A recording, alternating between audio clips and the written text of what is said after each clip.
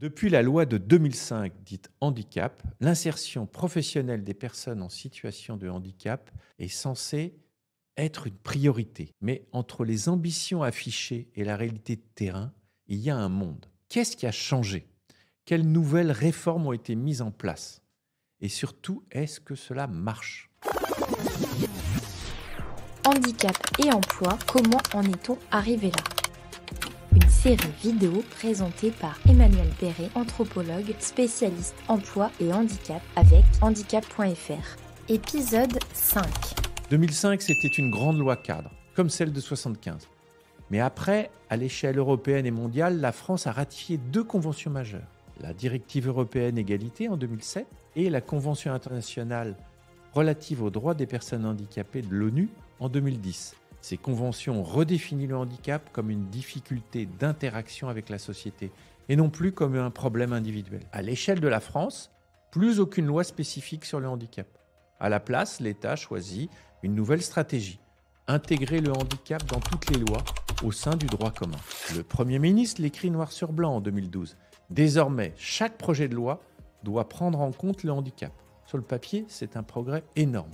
En pratique, ça veut dire qu'on ne fait plus de loi spécifique. Mais alors, concrètement, qu'est-ce qui a changé après 2005? Eh bien, plusieurs lois sont venues compléter le dispositif, notamment en 2015 et 2016. Avec la loi Macron, les entreprises peuvent remplir leur obligation d'emploi via des stages, de l'immersion ou des contrats avec les travailleurs indépendants handicapés, les TIH. Ensuite, la loi El Khomri met en place l'emploi accompagné, un dispositif de job coaching pour un suivi spécialisé des travailleurs handicapés et aussi une obligation d'accessibilité numérique sur le lieu de travail. Ces avancées sont intéressantes, mais est-ce qu'elles suffisent vraiment? Depuis 1924, la France mise sur un système de quotas pour valoriser l'emploi des travailleurs handicapés. Mais ce modèle commence à montrer ses limites. Déjà, il existe des moyens de contourner l'obligation d'embauche. Les accords d'entreprise, la sous-traitance ou encore simplement payer la contribution financière. Et surtout, un problème structurel. Si l'emploi des personnes handicapées progresse, les recettes issues de la contribution diminuent, alors que les besoins augmentent. C'est ce qu'on appelle l'effet ciseau. Face à ces constats, le gouvernement décide en 2018 de revoir en profondeur l'obligation d'emploi. C'est la loi pour la liberté de choisir son avenir professionnel. Voilà ce qui change. L'obligation de 6% est maintenue, mais elle est désormais révisable tous les 5 ans.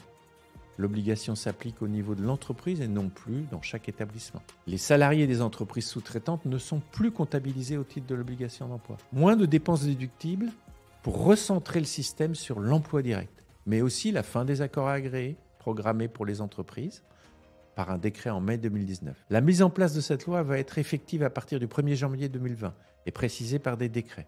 Elle marque un tournant. Elle veut favoriser l'emploi direct plutôt que des solutions de contournement. Mais son application concrète reste à voir. Depuis 2005, la politique d'emploi des personnes handicapées a beaucoup évolué. Le handicap n'est plus un sujet à part.